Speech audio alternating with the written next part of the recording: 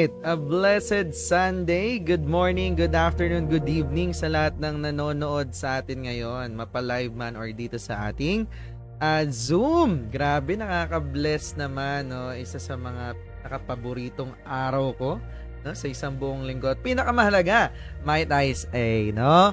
Grabe, indeed, blessed Sunday evening para sa ating lahat. Nanonood ka man, kung nasan ka man, ayan, umaga man, gabi, or hapon sa inyo, no? Sobrang nakaka-remind lang itong araw na to, no, na wag ka talagang magsosolo, no? Dapat lagi kang may kasama. Dapat we need to keep gathering because we're called to gather and keep gathering, ano? And of course, napaka sarap nakasama natin siya sa unang araw ng linggo. Wow, 'di ba? And syempre, bukod sa nagsasama-sama tayo every Sunday, bakit nga ba may ganito, no? Baka yung iba nagtataka, dumaan lang to sa feed mo, no? Or baka tinag ka dyan sa comments. Ayan, so again, ako si Renz, isang negosyante and a follower of Christ. And of course, as we receive the blessing, no, as we receive all of the things that we are been receiving, we are doing, no, and even the ability, no, na mga binigay niya sa atin, the talents that He gave to us, no, para pagyamanin at para gamitin, no, we must acknowledge kung sino ba pinaka-source nitong lahat, no? And most especially, no, kung ikaw man may pinagdadaanan ka ngayon, may it be a challenging or trial situation, no? So, sobrang sarap na may kapitan ka at may lapitan ka, no? Kasi tapos na yung mga panahon na nilalagay natin sa tao ang ating pag-asa, no? Ina-anchor natin yung hope natin sa iba. This time, mas maganda ilapit natin at ibigay kay Lord. Kaya tayo nagkakaroon ng ganitong klaseng gathering, no, or fellowship, spiritual gathering for people to know, no, that no matter what we face in life, God is the one and only answer. Right? He wants us to turn to Him. Each one of us really matters to God. Yes, ikaw na nanonood at nakikinig ngayon, you matter to God, no? And ganun ka-amazing si Lord, no? Na gustong-gusto niyang nai-involve sa mga buhay natin, no? Kaya kung ikaw ay naimbitahan, naitag, no? At naisali dito, ayan, si Lord yon. And of course, yung mga talagang gusto nang kilalanin si God, no? And wants to seek intimacy. But of course, seeking intimacy with an invisible God is really a challenge. It takes time. Hindi tayo sanay, but still God says, come, talk with me. Jesus made the way for that to happen. So just be intentional, stick with it, and most especially, wag ka nga magsosolo. Get around others who can help you. Ayan, you can join us here, our small group, para mas makilala mo pa si Lord, no? This is a safe space, no? Your rants, your no judgment, no? Lahat, no? So even curiosity, pwede ka magtanong dito. And above all, be assured that God invites you to grow deeply in your relationship with Him. Our great God cares about you so much na siya mismo ang nag-imbita sa'yo dito to take steps, baby steps, to get to know Him more intimately. No specific religion. No religion can save you. No, so here, it's just pure relationship with God. Okay, and of course, lagi natin itong sinisimulan with our grateful Genesis, no, or our grateful beginning, no. So, number 1, gusto kong ipagpasalamat ang mga nanay. Yes, Happy Mother's Day po sa lahat, no. Grabe, yung mga nanay, mga tumayong nanay, yung mga tatay na naging nanay, ayan, no. Single mothers out there, no. Grabe, salute po sa inyong lahat, no. Ayan, and I want to thank above all my mom. Yes, thank God for my mom, no. Kasi grabe, nakakatuwa kasi kanina, actually hindi ko pa napopost, no. Surprise lang to kahit naka FB live tayo. Nag-i-edit ako ng video for my mom. surprise pero naka-FB live no. Pero baka hindi niya naman madaanan to no. Pero sana madaanan at mapanood niya to. Hi, Mami. And nakakatuwa kasi naghahanap ako ng song for my mom no. And nakadiscover ako ng kanta dito yan. Kaya hindi pa ako tapos kasi ni-edit ko yung caption. Sabi doon, no, "Hey mom, I know we're getting old." Tapos, "And the lines on our hands have changed. But you still look at me the same. Hey mom, guess what? You're really tough. And I know you did all you could just to make sure my life was good." Ha? "Sorry for the fights in the tone of my voice. Sorry for the nights when I made the wrong choice. Life is flying by and it's hitting me now." Galing no? Kumbaga the song is and the last time of us na yung mga nanay natin grabe. Talagang grabe ang pinagdaanan niyan, grabe ang pagsubok no para madala tayo dito sa mundong to no. Pero above all kapag sabi ko nga pag sinabing commitment, nanay talaga is the first word that comes to mind no? Because sila yung pinaka best example ng whatever it takes no? Talagang literal grabe no? Iiwan ka ng lahat, hindi ng nanay mo. Yes! Grabe no, amen. Kaya I thank mom no for my life and I thank mom for whoever I am. Yan. Grabe, no? Nakasalute din doon sa ating mga believers. Grabe, no? Sabi nga kanina doon sa church is merong statistics, no? 90% no, ng mga nanay of whatever their faith is yun din yung sinusundan ng anak nila. Ayan, no? And of course, I'm really grateful for the family, my brother, grateful for the food. Ayan, so kahit na out of stock yung gustong cake ng aking mother, umorder naman kami ng pizza na lang na pagkatagal-tagal din. Pero thankful pa din ako, no? Kasi imagine, umorder ako 12 noon, tapos dumating siya ng I believe almost 7 p.m. Diba? So, yan, delay, but then again, proper timing pa din. Diba? So, dahil dun sa delay na yon, may blessing tayo, no? Kasi, thank God because I have a new wholesaler franchisee here sa Dasma. I invited her to join us then. No, hi, Ate Carol. Ayan, so, grabe yan, no? Nakaka-bless. And thank you din. Thank you, Lord, kasi we're online. No? Imagine, we're gathering online. Thank you Lord for technology. Thank you Lord for the fellowship. Thank you Lord for our pastors here, Pastor Rodel, Pastor Ralph, no, for always committing here in our fellowship. Thank you Lord for the life ng ating mga friends, our second family, no, our support system. Thank you Lord for the church, no. Thank you Lord for the mentors, no, that we have in all aspects of our life. No? Ayan, so ang dami ko na naman pinagpapasalamat, so baka bukas na naman tayo matapos.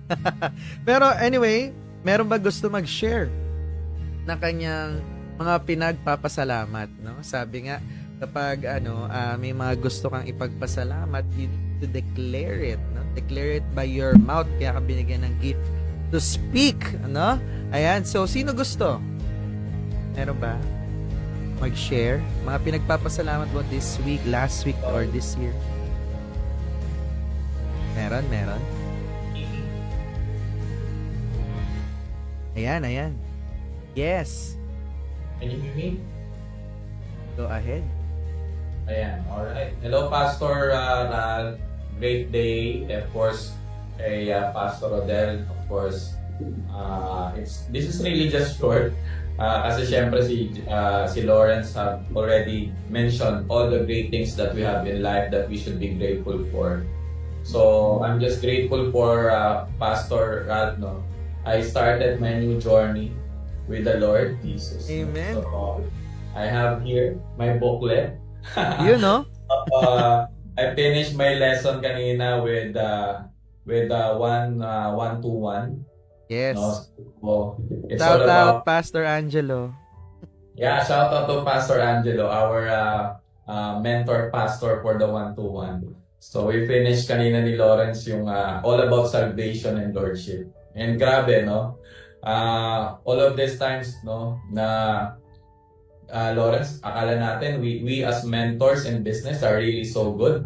But when I listen to Pastor Angelo kanina and to all the pastors, I am really so amazed about your life on how you really serve all the people na talagang tinatouch niyo yung buhay nila and guiding them walking together to Jesus, no. So talagang I'm really so amazed. And alam ni Lawrence yan, when I'm working into something, I'm the one approaching, and I also have my Bible app Yes. Next time, uploaded on my physical copy phone. na. Oh. No, so I'm really into it, no, and I'm really so excited about this new journey in my life. So pray for me, and thank you so much. And to all the mothers, happy Mother's Day. No, we will always be grateful for your life, no? In terms of the ups and downs, no? Talagang masasabi natin na kayo, no, ang talagang isa sa mga panghabang buhay na pasasalamatan namin bawat isa. Alright, so happy Mother's Day and thank you so much, Lawrence, Pastor Rag, good great day again, Pastor Rodel, and of course to all the attendees here and to all the watchers natin sa live. Yes. Thank you, Lord. Ayan. Meron pa gusto mong humabol? Meron pa ba? Yung iba, you can comment down yan sa ating FB Live. And yung mga gustong humabol pa yan, chat nyo na lang dyan. Anyway, our spiritual gathering entitled Celebrating Mothers. Yun. To be led by Pastor Ralph Dolman. Good evening. Praise the Lord, no? Ang daming breakthrough sa mga buhay ninyo. Ganon din sa bawat isa. And also, ang bungad ko sa inyo is talagang encouragement. And hindi lang ito encouragement sa inyo, sa akin din. 3 souls receive Jesus Christ today sa isa nating outreach. Glory to God, no? Talagang pagka-open ng invitation by the Holy Spirit's conviction talaga. Hindi ako yun Holy Spirit yun Talagang tumayo lang talaga yung tatlong yun. Then, nakailang attend na rin yung iba siguro pangalawa, yung iba tatlo, yung iba marami na. So, tumayo sila and they really receive Jesus Christ. Noong mga nakaraang mga Sundays, may mga times na yung isang babaeng doon, si Lynn, nagtatanong yun kay Ma'am Sheila. Sabi niya, hala, hindi pa pala yun enough na nagsimba lang ako. And so, in-explain ni Sheila ang gospel sa kanya. At maya-maya, today, after ilang weeks, si Lord ang nag-harvest nun. Ginamit lang tayo ng mga lingkod niya. So, praise the Lord. And so, thankful to God na even sa online na ito, ang dami nating breakthrough habang kayo nagpapakinig sa gospel. So, welcome sa lahat. And also, thank you for this.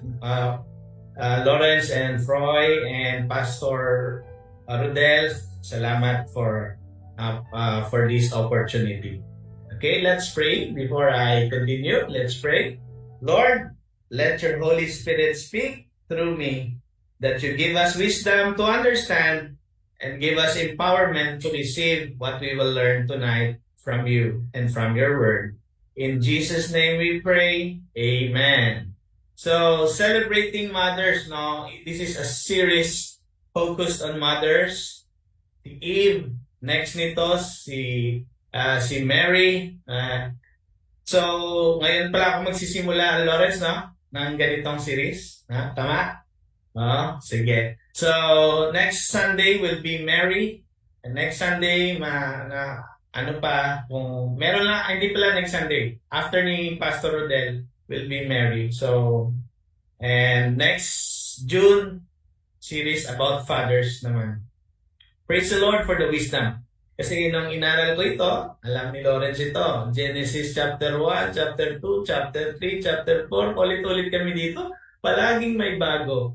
And I'm so excited to share to you Hindi ko na mabilang ilang ulit ko na preach yung Genesis sa inyo. Lalo na sa grupo ni Lawrence, no? Excited ako. Now, praise God sa wisdom. Now, when we speak about mothers, tama yun yung nabanggit nyo na tough talaga yung mga mothers. No? Saan kaya galing yung mga strength nila? Hindi lang physical, kundi emotional strength, psychological strength. Ang mga mothers, after mga anak yan, may postpartum pa yan. Sa another, although may breakthrough kanina, meron din breaking. Pumunta ako sa kapitbahay na sa outreach na yon, merong mga kapitbahay doon na kapatid din ng mga ibang nag-join na sa outreach. Meron silang kapatid na isa. Pinuntahan ko kasi anong tawag doon? Yung baby, sad is because nung pinanganak, ng paglabas, patay na. Na-delay. So, na-delay. Nagka-pneumonia rin kasi yung nanay at high blood. So, talagang grabing complications. Pinag-pray natin yung family, hindi yung baby. Kasi take note, we do not pray for the dead because the dead are already, lalo na ang baby, automatic yun kay Lord. Welcome ni Lord John. And pinag-pray ko yung father na nandun at yung kanyang maliit na anak. So, nagulat sila na usually ang magpipray binabayaran, no? Sa ibang churches. Nagulat sila na kami ang nagbigay from the offerings of the brethren sa outreach. Maliit lang yan, barya-barya, pero nakabigay kami ng maliit na amount. And nagulat sila, bakit ganon? Sabi ko, kasi po, kami ang mag-pray sa inyo, kami ang dapat mag-bless sa inyo. And so, praise God, no? Unti-unti niyang kinukuha yung hearts ng mga tao back sa Kanya. No? Sad yun, but I pray that will be an open door for that family to find Jesus and come to Jesus. So, yun na nga. Mahirap maging nanay kasi even sa panganganak, pwedeng ma-risk yung bata at yung nanay. Diba? Tapos after pa ng panganganak, may postpartum pa yan. Na hindi naman masyadong hindi namin pwedeng mga lalaki na sabihin na naintindihan namin kayo kasi hindi kami nag-go through that. Sa babae lang yung postpartum. Sa amin, meron kaming konting mga anxiety or doubts or guilt or depression. Pero iba talaga yung anxiety and postpartum na nararanasan ng mga magulang. No? Siguro kung tatanungin ko sino dito sa mga mothers ang nakaranas ng postpartum, lahat kayo magtataasan ng virtual hands, no? Sino ba? Meron ba dito? For sure meron. Yung iba, nakayanan. Yung iba, medyo talagang siguro nag-struggle talaga, no? But all throughout this, makasabi natin na the Lord gave you the strength, no, mga mothers. Proverbs 31:25-27, no? Ang galing na nakapost ngayon. Strength and dignity are her clothing. Saan kaya galing ang strength ng mga magulang? So, thank you for this, Lawrence. No? So, let's go now to our verse. No? Basahin natin yon. Okay, Genesis chapter 2, verse 15-25. Pwede ba, Lawrence? Ikaw muna. The Lord God took the man and put him in the Garden of Eden to work it and... Wala kang audio sa akin. Ayun, na-mute pala. Reading from the book of Genesis, chapter 2, verses 15-25. The Lord God took the man and put him in the Garden of Eden to work it and take care of it. And the Lord God commanded the man, "You are free to eat from any tree in the garden, but you must not eat from the tree of knowledge of good and evil, for when you eat from it, you will certainly die." The Lord God said, "It is not good for the man to be alone. I will make a helper suitable for him." Now the Lord God had formed out of the ground all the wild animals and all the birds in the sky. He brought them to the man to see what he would name them. And whatever the man called each living creature, that was its name. So the man gave names to all the livestock, the birds in the sky, and all the wild animals. But for Adam, no suitable helper was found. So the Lord God caused the man to fall into a deep sleep. And while he was sleeping, he took one of the man's ribs and then closed up the place with flesh. Then the Lord God made a woman from the rib he had taken out of the man, and he brought her to the man. The man said, "This is now bone of my bones and flesh of my flesh. She shall be called woman, for she was taken out of a man. That is why a man leaves his father and mother and is united to his wife, and they become one flesh. Adam and his wife were both naked, and they felt no shame." Okay, thank you so much. They felt no shame. Ang ganda ng pagsasamahan nila Adam at Eve, di ba? Ang simula is unity, no? Unity, walang shame na nararamdaman sa isa't isa. Ganon din naman yung mag-asawa during honeymoon. Walang nararamdaman na shame, but excitement and enjoyment of each other's company and each other's body. Yun ang blessing ng marriage sa babae at sa lalaki, no? Klaro naman eh. So, pag sinabing no suitable helper for Adam, in-explain dito na yung mga hayop na pinangalanan ni Adam, kasi yun yung task niya from the Lord, i-take care ng garden, i-toil yung ground, pangalanan yung mga animals, birds and animals, no? Wala, kahit yung aso at pusa, no? Although mahilig yung tao sa aso at pusa, pero hindi siya suitable helper for the person or for the people. And pag sinabing suitable helper or helpmate, talagang babae at lalaki ito.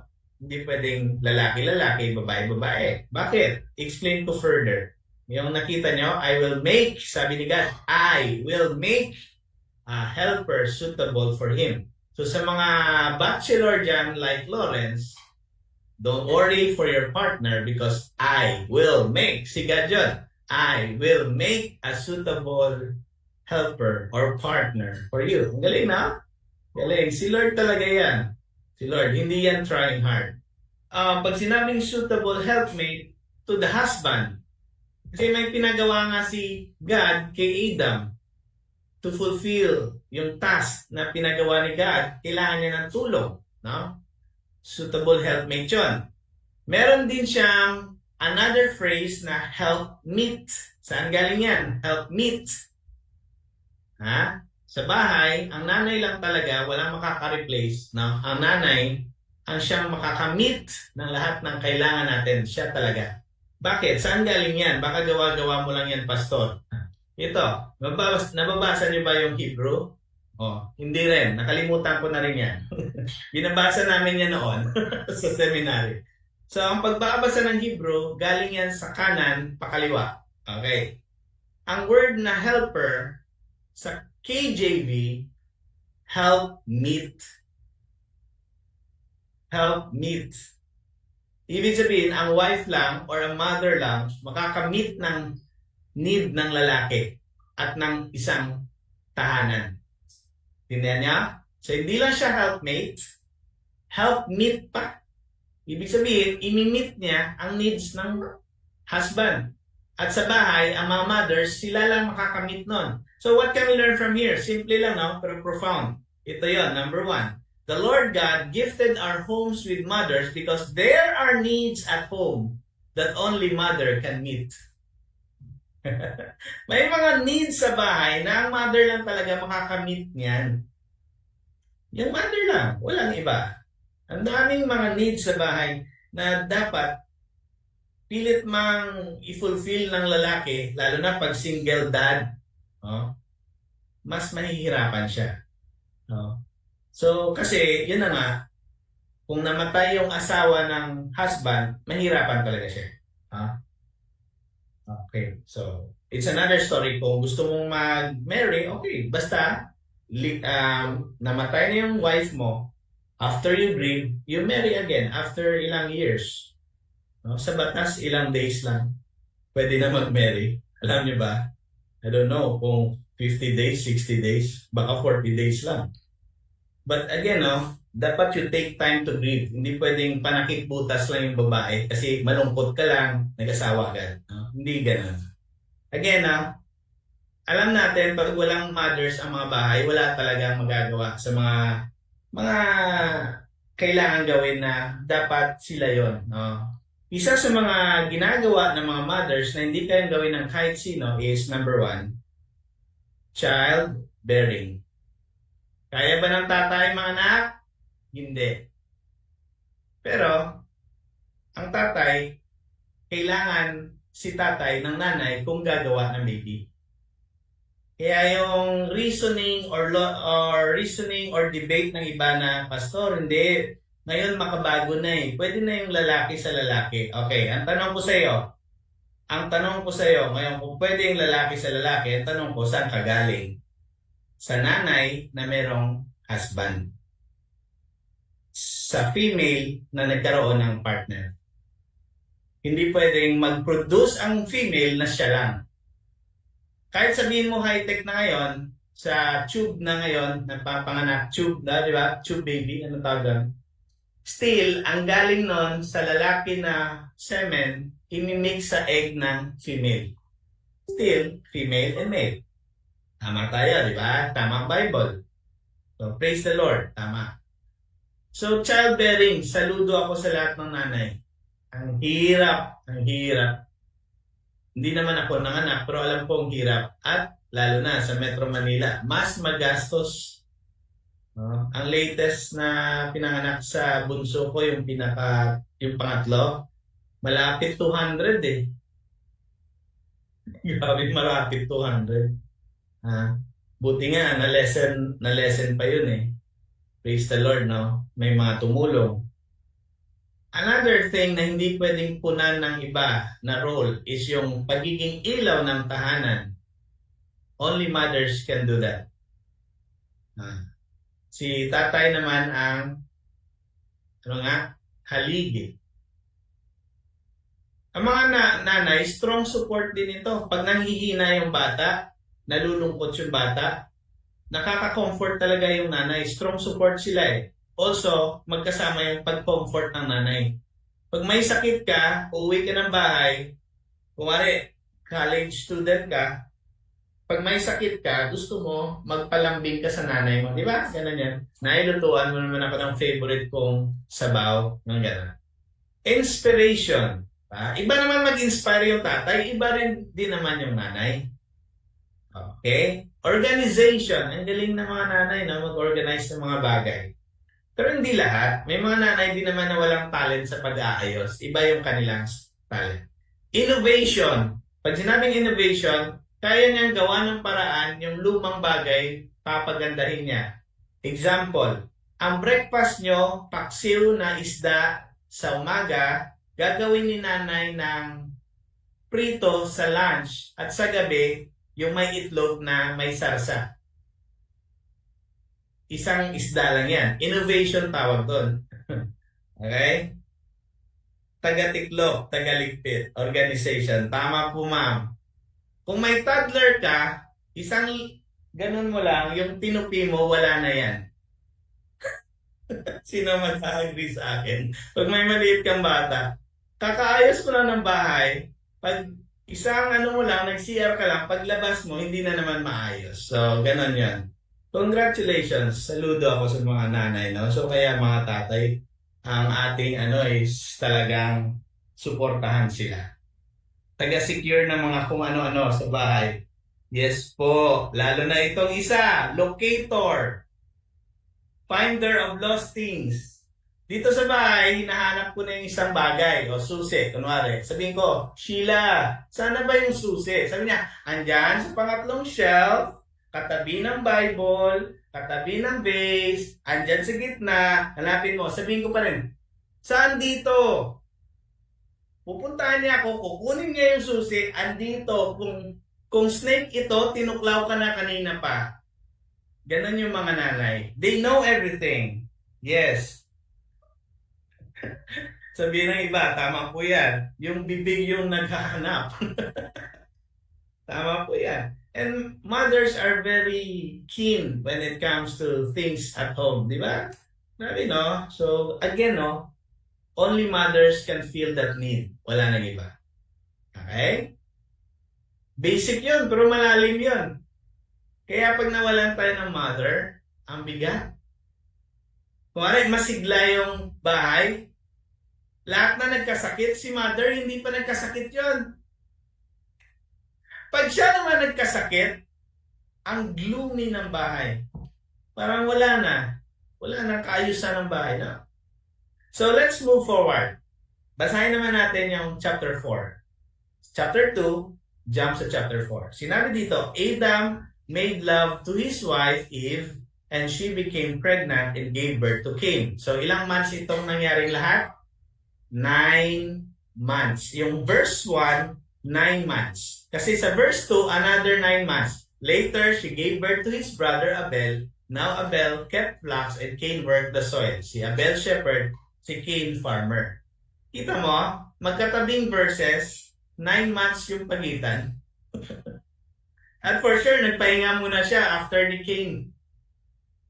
So mga 1 taon or mahigit after na si Abel naman, no? So huwag kayong minsan, no, pag tingnan niyo muna yung passage, wag masyadong mag-conclude agad na, noong unang panahon pala, pwede siyang manganak ng isang baby, next day, ibang baby naman. Hindi po. Gamitin po natin yung common sense natin. 9 months po sa tiyan ang baby. So, ang verse 1 at verse 2, mga taon ang pagitan niyan. Hindi po yan next day. Okay? Baka sabihin nyo, later, she gave birth to Abel, no? So, binibigyan ko lang kayo ng background and context. Ito pa, ang chapter 4, tapos na pong nagkasala si Adan at si Eve. Kaya, mahirap na ang panganganak. So, hindi na madali ito. Painful na masyadong panganganak. And yung pagtatrabaho, naging shepherd si Abel, naging farmer si Cain, tumatagaktak na rin yung pawis. Hindi katulad sana noon, siguro hindi painful ang pagtoil ng soil, hindi mahirap magbanat ng buto, or hindi nga nagbabanat ng buto eh. Walang term na ganun siguro. Kasi swabe lang. Before the fall. After nagkasalang tao, mahirap na lahat. So kaya, tingnan nyo ang meaning ng Cain. Sinabi ni Eve, with the help of the Lord, I have brought forth a man. Sa tulong ng Diyos, nakapanganak ako, nakaluwal ako ng baby na lalaki. Sa tulong ng Diyos. Ibig sabihin, kahit sa pangalan pa lang, may ideya tayo na si Eve dependent sa lakas ni Lord na ibibigay sa kanya sa panganganak. Dependent si Eve sa tulong ni Lord para makapanganak kasi mahirap manganak. Naintindihan nyo? Meron tayong babasaging paniniwala dito. Simple lang to pero babasagin ito ang paniniwala natin ngayon. Na si Eve mismo, pinangalan niya na si Cain na with the help of the Lord, I have brought forth a man. Yun ang meaning ng Cain. Ibig sabihin, tayong mga tao dapat dependent tayo sa tulong ni Lord. Hindi pwede ang feminism, take note, feminism na kasabihan, I'm a strong and independent woman. No. Woman should be dependent on God. Basag. Tama? Feminism, strong and independent woman? Independent? No. Go back to the Bible. You should be dependent on God. Nagkaroon lang ito ng ganitong ideology kasi naman sa kapabayaan ng mga lalaki, sa abuse ng mga lalaki sa babae. Kaya nagkaroon ng feminism na strong and independent woman. Sabi ng mga babae, walang kwenta yung mga lalaki, sinaktan tayo, inabuso tayo. Hindi natin sila kailangan. That's why nabuo yung ideology na sobrang sikat ngayon, strong and independent woman, which is not biblical. Which is wrong. Kung independent talaga ang mga woman, bakit sa mga soldiers, maliit pa rin yung rate ng woman at mas marami pa rin ang lalaking soldiers? Kung independent ang woman. Sabihin natin, nagkaroon ng gera. Sige, independent pala mga woman. Sige na, mga woman, kayo na lahat doon sa gera. Kayo na. Kayo na malakas. Pwede ba yon? Hindi. We need each other. May mga needs ang lalaki na hindi kaya gawin ng lalaki na kailangan niya ng tulong sa babae. May mga needs din yung babae na kailangan niya ng tulong sa lalaki. We need each other, and most importantly, we need God. So what can we learn from here? Ito yung matututunan natin. Simple lang, no? Pero simple but profound. Sinabi dito, we can learn, number 2, that why the Lord gave us mothers as gifts sa ating mga tahanan. It's because a mother is strong by the help of God. Nagiging tough itong mga mothers sa tulong ng Diyos. Katulad ng pag-iisip ni Eva, yung partner ni Adan. Sabi niya, God helped me. That's why I was able to give birth to a son. So, dependent ang mga babae dapat kay God because, again, only God can give them extra strength to face the challenges at home, the challenges in their anxiety and psychological state. Ang dami rin silang postpartum, no? Every time mga anak magpo-postpartum, usually yun yung nangyayari. Grabe, no? Pero noon, ang mga tao, tag-10 yung anak, parang hindi masyado iniinda siguro yung mga postpartum na ito, no? Meron din, pero mas healthy yung mga tao ngayon noon. Kaya kaya nila mag-anak ng 1 dosena, 2 dosena eh. Ngayon, 1, 2, 3, hindi na masyado kakayanin ng babae. Unang-una, hindi na healthy yung pagkain, hindi na healthy yung environment, hindi na healthy yung lifestyle, no? So, ang dami ng toxic. Hindi lang sa nature, meron pang toxic sa workplace. So, kaya, we need the help of God. Okay? So, hindi lang naman mothers eh. Pati tayong mga lalaki. We need the help of God for us to be strong. Okay? Hindi pwedeng kaisipan na, I don't need God. I don't need God. I don't need to read His Word. Buhay naman ako kahit di ako nagbabasa ng Biblia. Buhay naman ako kahit di ko kilala si Jesus Christ. I don't need Him. No? Hindi dapat ganun.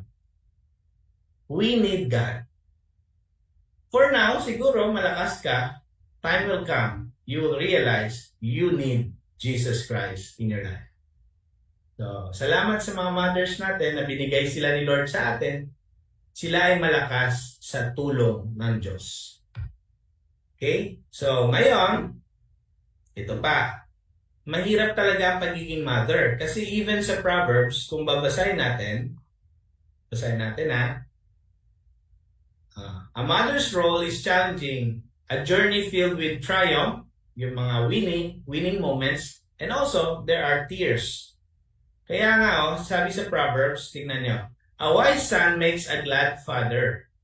Or, binabaliktad yung English, no? A wise son makes a glad father or makes a father glad. Pareho lang yun. But a foolish son is a sorrow to his mother. Bakit kaya pag problema na yung mother na yung problema?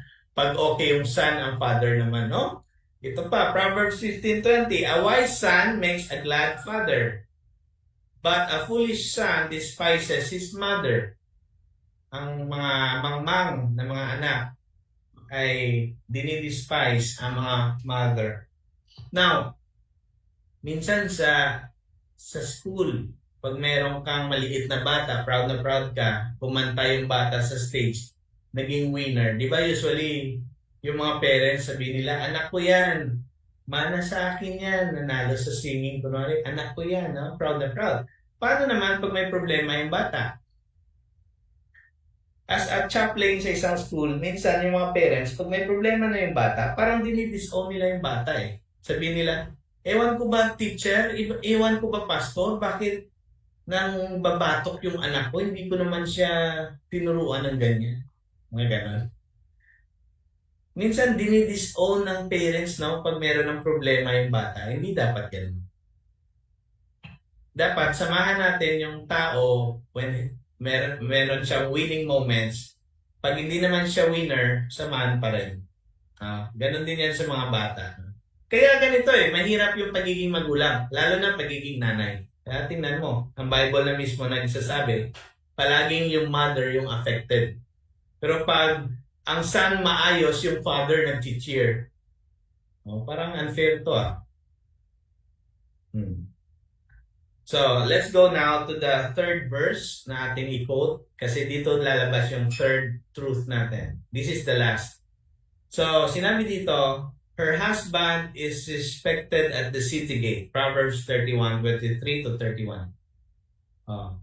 Referring to the woman, referring to mothers, di ba? Her husband is respected at the city gate, where he takes his seat among the elders of the land. Pag sinabing city gate, ang context nito, noong unang panahon, yung mga kingdoms kasi, merong malaking gate na kino-close yan minsan.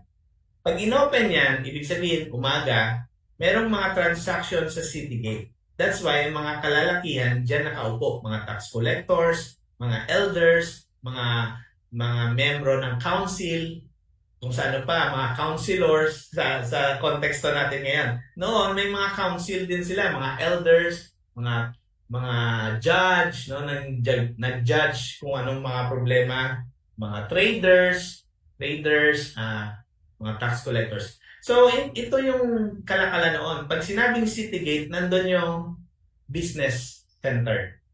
Sa Manila, ang business center noon, Makati. Hindi ko alam ngayon. Makati pa rin? Okay. Noon, ang business center sa city gate. Naintindihan nyo? At doon usually ang mga kalalakihan nagtatrabaho. That's why respected ang mga kalalakihan doon. Anong role ng mother? Bakit respected ang kalalakihan doon? Actually, pag binasa mo yung verses na simula, bago ang 23, maraming verses nagsasabi kung anong mga ginawa ng mothers. That's why respected ang husband niya sa city gate. Pero kinat ko kasi sobrang haba. Ngayon, proceed tayo sa 24. Ang mga woman or mga mothers noon, sila ang gumagawa ng kanilang damit, ng mga damit pambenta. Tingnan mo, she makes linen garments and sells them and supplies the merchants with sashes or hindi lang sash, even yung belts. Okay, ang gumagawa ng mga kababaihan. That's why sa 25, she is clothed with strength and dignity. Ito yung verse na pinost ni Lawrence. She can laugh at the days to come. Bakit? Prepared siya Hindi siya mag-anxious ba? Kahit mag-pandemic pa yan, kahit may problema, may trahedya, handa ang mga kababaihan naman. Kasi talagang ino-organize nila yung kanilang bahay, ang kanilang business na maayos. Okay, 26. She speaks with wisdom and faithful instruction is on her tongue. Now, again, itong mga kababaihan, they speak wisdom because they fear God. The Word of God is in their hearts. They read the Word of God. Wala pa namang ganong Word of God, yung parang book, mga scrolls noon. Nakikinig sila sa mga reading of the scriptures using the scrolls. Ang nagbabasa niyan, syempre yung mga religious people. Pero itong mga kababaihan na ini-describe sa Proverbs 31, ito yung mga babaeng may wisdom pag nagsalita. Every time they open their mouths, they become a blessing to others. It's because they are God-fearing. And she's clothed with strength and dignity sa 25. It's because hindi yan dahil sa kagalingan nila. It's because the Lord is blessing this kind of mother or this kind of woman. Right? Binibless siya ni Lord. Kaya siya may wisdom. Kaya siya may strength. Proceed tayo sa 27. She watches over the affairs of her household and does not eat the bread of idleness. Hindi siya kumakain ng pagkain na galing sa tamad na pamamaraan. Hindi siya magsusugal or easy money at doon niya kakain ng kanyang income. Pinaghihirapan. Yun ang ibig sabihin nun. Her children arise and call her blessed. Her husband praises her. Diba? So, pinupuri siya. 29. Many women do noble things but you surpass them all. Grabe yung sinabi ng writer towards his wife or mother, no? 30. Charm is deceptive. Mapanlin lang ang beauty. And beauty is fleeting. Ngayon, maganda ka.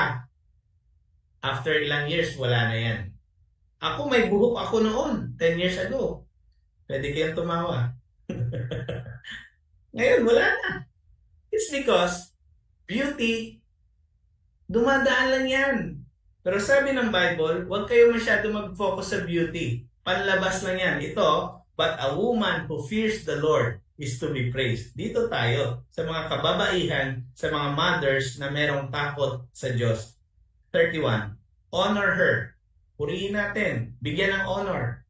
Oh. For all that her hands have done. And let her works bring her praise at the city gate. Ang kanyang mga ginawa, paano niya pinalaki ang kanyang mga anak, paano niya tinulungan, sinuportahan ang kanyang husband, yun ang magdadala sa kanya ng papuri sa city gate. At isa pa, ang tanong ko, sino nga ang nagtatrabaho sa city gate? Ang husband or wife? Ang husband. Ibig sabihin, ang husband ang magdadala doon ng papuri sa public place. So, lesson sa ating mga husband, pag pinupuri natin ang ating wife, purihin natin sa public. Kung pagalitan natin doon sa private, yung kayo lang sa isang kwarto. No? Mahirap ito ha? Mahirap ito. Kasi usually, pag nagalit na yung husband, kahit saan magagalit na. Pero dapat pala, pag nagalit tayo or nag-correct tayo ng ating mga asawa sa private, sa bahay, hindi sa social media, hindi sa public. Kung i-publicize man natin ang ating mga asawa, i-publicize natin dahil pinupuri natin sila, pinagmamalaki natin sila. Dahil ang Diyos mabuti sa buhay nila. Okay? It's all for the glory of God. No? So again, no, dapat, what can we learn from here? We should, a mother is to be honored for her wisdom and works. Ang wisdom galing yan sa Panginoon. Ang kanyang paggawa na nagiging successful siya, galing pa rin yun sa blessing ng Diyos. So, pero dapat bigyan natin ng, opo, yes po ma'am, Marilyn. Bigyan, i-honor natin ang mga mothers sa kanilang wisdom at sa kanilang mga ginawa. Ang dami nilang ginawa eh. Bakit ako naging successful ngayon? No? When I say success, it's not just money, ha? Baka sabihin nyo, money lang yung sukatan ng success. I can say I'm successful now. It's because of my mother. Nandito siya ngayon kumakain. Ha? At ang ating mga mothers, grabe yung sacrifices nila. Marami yan, mga secret sacrifice nila na ginawa para sa atin. And now, we are successful. We are now where we are because of the mothers who are so selfless. And they have given us wisdom. And that wisdom comes from the Lord. And kaya sila strong because also their strength comes from the Lord. Okay? So again, based on the three truths that we have learned today, in summary, to every mother, your role at home is very important. Indeed, you are God's gift to every one of us, to every home. So ngayon, mothers are helpmates and helpmeets sa bahay at sa kanilang husband. Mothers are dependent on God's help. Hindi pwedeng independent tayo sa tulong ng Diyos. Kailangan natin ng Diyos. Kailangan natin ng husband. Kailangan natin ng ibang tao. No? Hindi pwedeng strong and independent woman. Wala yan sa Bible. And number 3, mothers are to be honored. So, puro H actually, helpmates, dependent on God's help, and honor. We should honor all our mothers. Hindi lang every Mother's Day. Sa mga husband, may tip ako sa inyo. Kahit hindi Mother's Day, tanungin nyo ang mga wife nyo, how can I serve you today? Baka sabihin niya, sige, itupi mo ang lahat ng labahin at mag-K-drama ako. Ask your wife, how can I help you today? Yun ang magandang pag-honor. Hindi lang to puro, ang galing-galing mo, I cheer for you, ang galing mo. Hindi lang puro words. Kailangan ng gawa rin. No? And hindi ito madali sa atin, mga husband. Once in a while, tanungin mo yung asawa mo, how can I serve you today? Yun ang magandang pag-honor sa ating mga mothers and our partners. And so the Lord will help us to learn these things, to apply these things. Again, a meaningful and blessed Mother's Day to every mothers we have here And even sa FB Live, sa buong mundo, when you watch this, we salute you and we greet you a happy Mother's Day. God bless you all. Ayan. Grabe, no? Sobrang ganda ng ating ano ngayon, Mother's Day special. Ayan. Actually, sobrang ano, no, nakaka-bless. Talagang irreplaceable pala ang mga mother. Talagang, actually, from time to time, no, well, of course, ako, I'm also guilty, no, na this is a reminder na we have to be grateful to our mothers for what they did to us. Grabe, ang dami nilista ni Pastor eh. Dami nakalista, no? Grabe yun, no? Tama, nakaka-relate ka pa eh, no? Yung, ano, lalong-lalo na yung lagi ang pinangahanap ay bibig. Instead na mata, eh, no? Nasaan na yung ganito? Nasaan na yung ganyan? Tama talaga eh. Pero, totoo, no? Na, ano talaga eh, we must honor them always. Kasi, every time na naiisip natin na akala natin nagre-revolve lang sa atin, tayo lagi yung bida. Pero, at the end of the day, God places, no, yung mga nanay natin there for a reason. Kaya talagang sobrang amen to that. Anyway, sino gusto ang mga nanay mag-share? Yan, syempre, ano nyo to eh, highlight nyo to eh. Ayan, sino gusto mag-share? Mga nakarelate dyang mga mother. Sige, o mauna ka na, Ma'am Tess.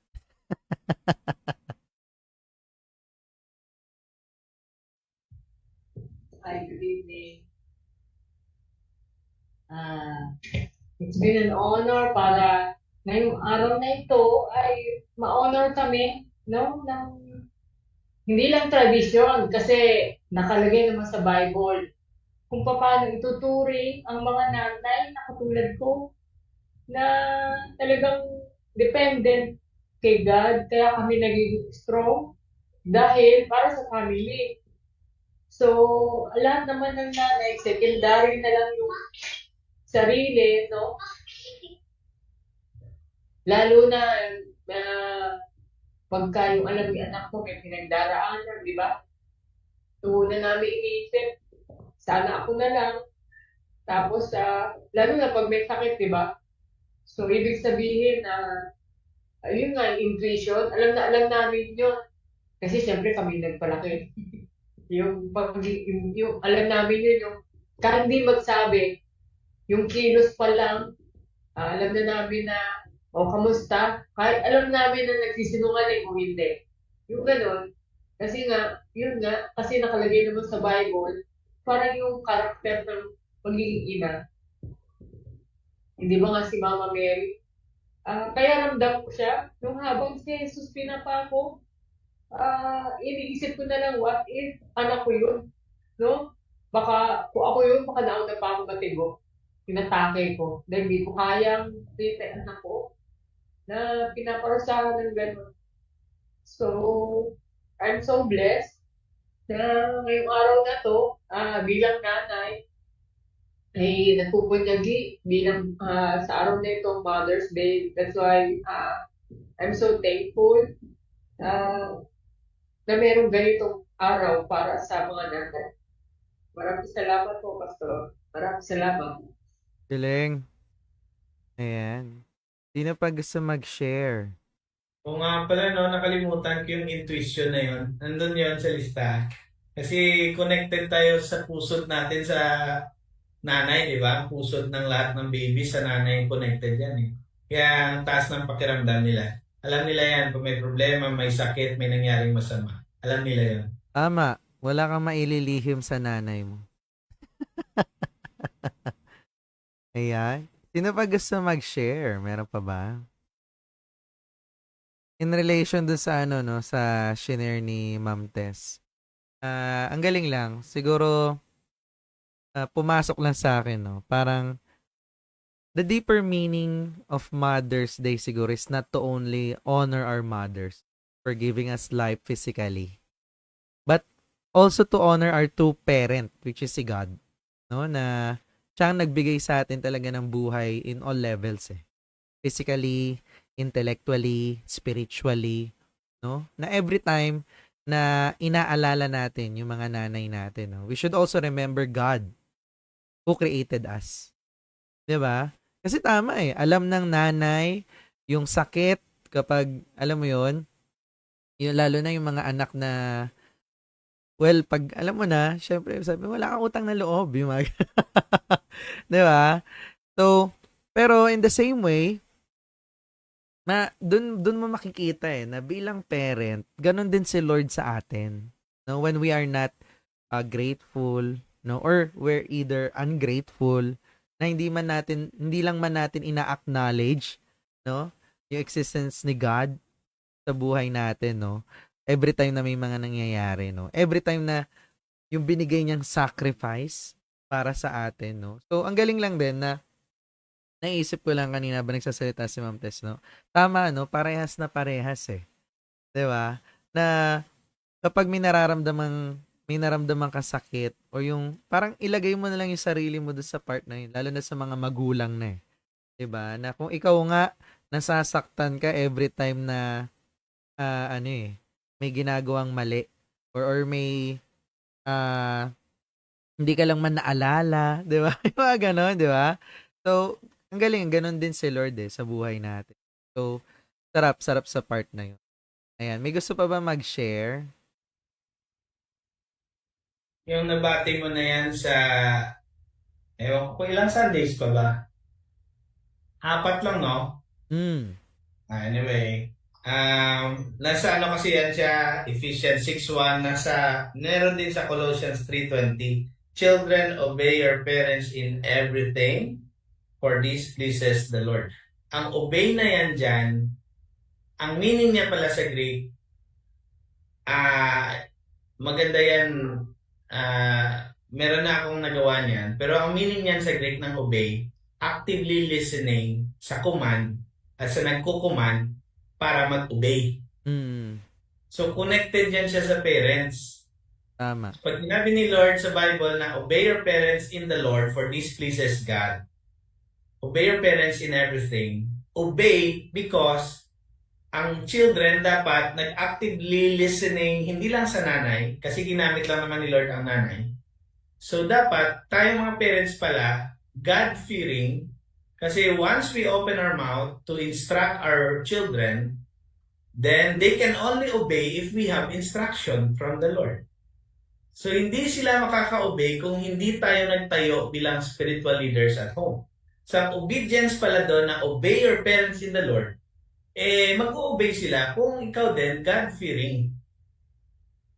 Kaya maraming tatay na hindi naging spiritual leader Nag-provide sila, pinaaral, nagtaka sila, bakit na pariwara yung anak ko? Kasi hindi ka God-fearing siguro. Nag-provide ka lang, pinaaral mo lang, pero hindi ka God-fearing. So walang instruction from the Lord. Hindi ka nag-teach ng Word of God sa anak. That's why hindi rin siya nag-obey sa'yo. Hindi rin siya nag-obey sa Panginoon. Gets niyo? Yun ang meaning ng obey doon. Listening actively so that you can obey to the one giving the command.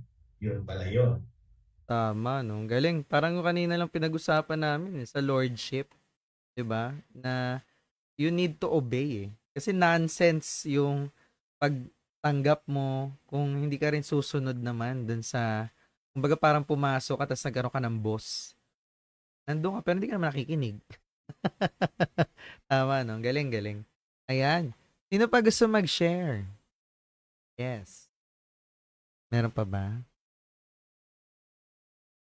Ayan. Yung nasa Abra ngayon, may signal ba siya? Nadi-disconnect siya kanina pa Ayan. Hello po. Good evening, hello Pastor. Nasa live po kanina. So, Jello, nandito na po. Nakabalik ka na. Welcome back. Kala ko nga po, mahirapan ako gumising kasi sobrang naging masama, Pastor, yung pakiramdam ko. Pero praise the Lord. Kasi sobrang init po, tapos hindi ko kaya yung init, tapos diretso agad ako sa hotel kasi may aircon. Mali yung Init ginawa lamig. ko. Oo, kaya pag uwi ko, sobrang bigat ng katawan ko and sobrang nagpapasalamat ako kasi sinustain ako ni Lord. Kasi feeling ko di ako makati ng church kanina. At yung iba yung parang first time ko ulit makaramdam ng ganito. Kasi pastor, umuwi kami dito 5 a.m. church ko, kailangan nakapag-ready na ako ng 6 a.m.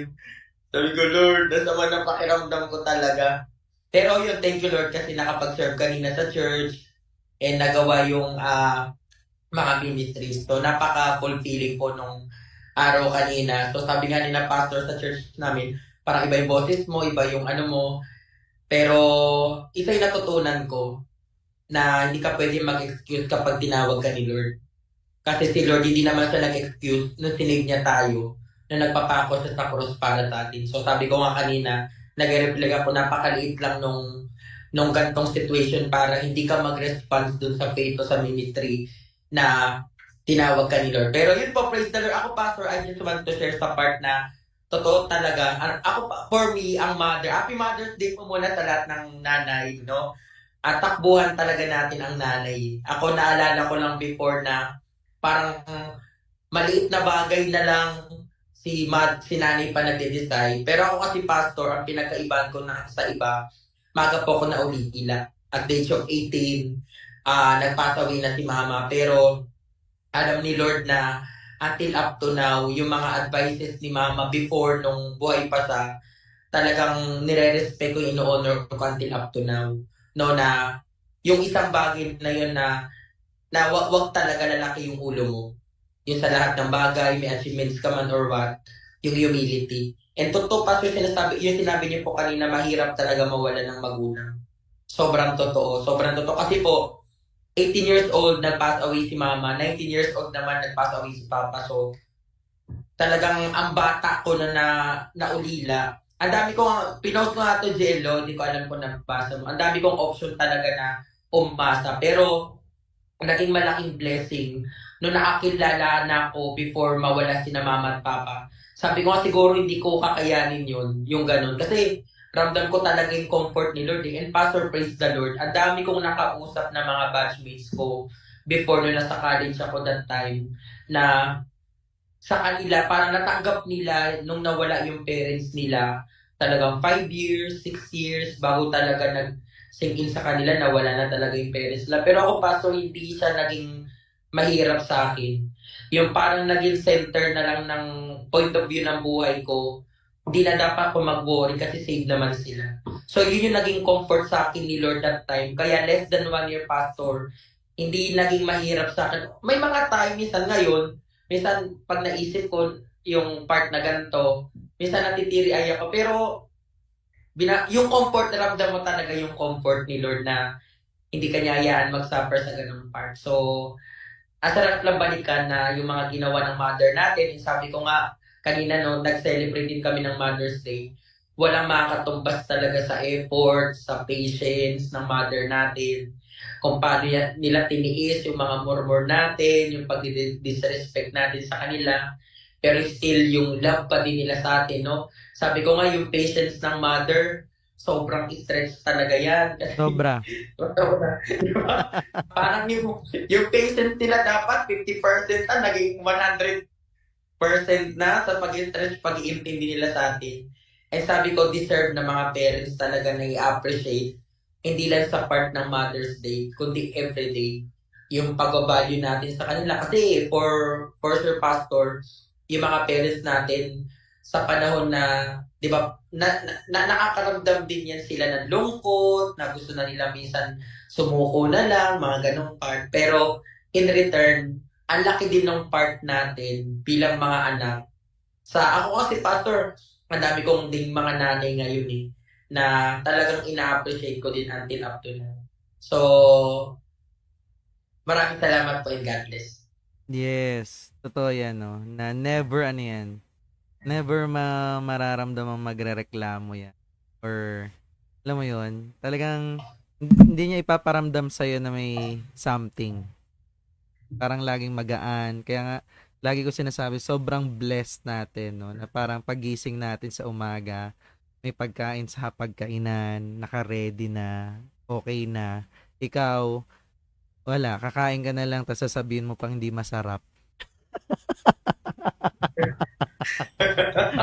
Di ba? Totoo. Kaya i-appreciate mo na lang talaga eh. Tama. Ayan. Alright. Pero pa ba gusto mag-share? Gusto humabol? Wala na? Okay. Sige. Back to you, Pas. Okay, so thank you sa sharing natin. Anyway, ang galing at nabalikan natin yung Ephesians 6:1 at yung Colossians 3:20 ba? Na again, children, obey your parents in everything, for this pleases the Lord. Ngayon ko lang na-realize, no, in-enlighten ako ni Lord habang nag-uusap tayo. Bakit? Ang gusto lang ni Lord sa mga bata is to obey the parents. Hindi niya sinabi, mga children, dapat expert kayo sa prayer, expert kayo sa ganito, expert kayo magsilbi sa temple, expert kayo dapat mag-serve. Bakit sabi niya, obey your parents lang? Diba? Ibig sabihin si Lord, appropriate siya pag nagbigay ng task. Pag bata, syempre, ang pinakaunang gawin niya dapat is to obey the parents. And that obeying of parents, honoring of parents is actually pleasing God na. Kaya hindi mo maano si Lord napakataas ng thoughts niya. Ang galing ng wisdom ni Lord. Galing nga, Pas. May kanya-kanya talaga tayong role no? Yung mga bata, kung maliit, play lang yan. Hindi mo ma-expect yan. Dapat nag-pray ka 3 times a day. Dapat nagbabasa ka ng Bible. Hindi. Obey your parents in the Lord in everything, because this pleases God. Naalala ko nga, Pas, yung binanggit mo na dapat isama mo lang sila ng isama sa church. Pag kahit nag-iiyak, kasi yun yung worship nila kay Lord, yung iyak nila. Diba? The cry of infants, praise na yun sa Panginoon. So anyway, sa Father's Day ko na lang pala yun i-explain ng mga ganong bagay pa, para mas matuto pa tayo, no? Kasi gasgas na obey your parents in the Lord. Lagi nating naririnig yan, no? Sa Father's Day, meron pa akong lesson for that na maintindihan pa natin bakit ganon ang command ni Lord sa mga bata at ano naman ang role ng mga fathers bilang spiritual leaders, no? So thank you so much. Si Pastor Rodel next Sunday, God willing, ako naman after that, sa akin, si Mary. I-follow up ko si Mary. Sino ba talaga si Mary? And we will learn something from the life of Mary as we celebrate mothers and honor our mothers. Let's pray. Let me bless you tonight. Oh God, I pray that you continue, God, to empower us to receive your word, empower us to obey your word, and empower us, Lord, to share your word also. Hindi lang sa pakikinig, kundi sa buhay, i-share din sa iba, para ang iba rin makakita ng salvation, maka-experience ng pagmamahal ng Panginoon, ang pagpapatawad ng Diyos sa kanilang mga kasalanan, if they come to Jesus in repentance by believing in Jesus by faith. So Lord, gamitin niyo po kami na nakakilala na sa inyo, na ipakilala ka rin sa karamihan. And I'm really thankful for this group na kahit mga late na ngayon, alam ko busy sila. Lord, I just pray that you bless them more so that they will be a blessing to many others. Bless their business, their marriage, their life, their education. Kung nag-aaral pa yung iba, Lord, bless their studies. And walain nyo kami para maging pagpapala pa sa iba. So, salamat po sa lahat ng dumalo tonight. Salamat. May God the Father continue to shine His face upon you, and the grace of Jesus envelop you, embrace you, and the presence of the Spirit, Holy Spirit, continue to fill you with His presence and power so that you will bear much fruit, and not just fruit but eternal fruits that last. May the Lord, this triune God, bless you all. In Jesus' name I pray. Amen and amen. Salamat sa inyong mga tayo. Picture. Ito, Pastor. Picture tayo. Welcome sa Happy Mother's Day. Pastor. Yeah.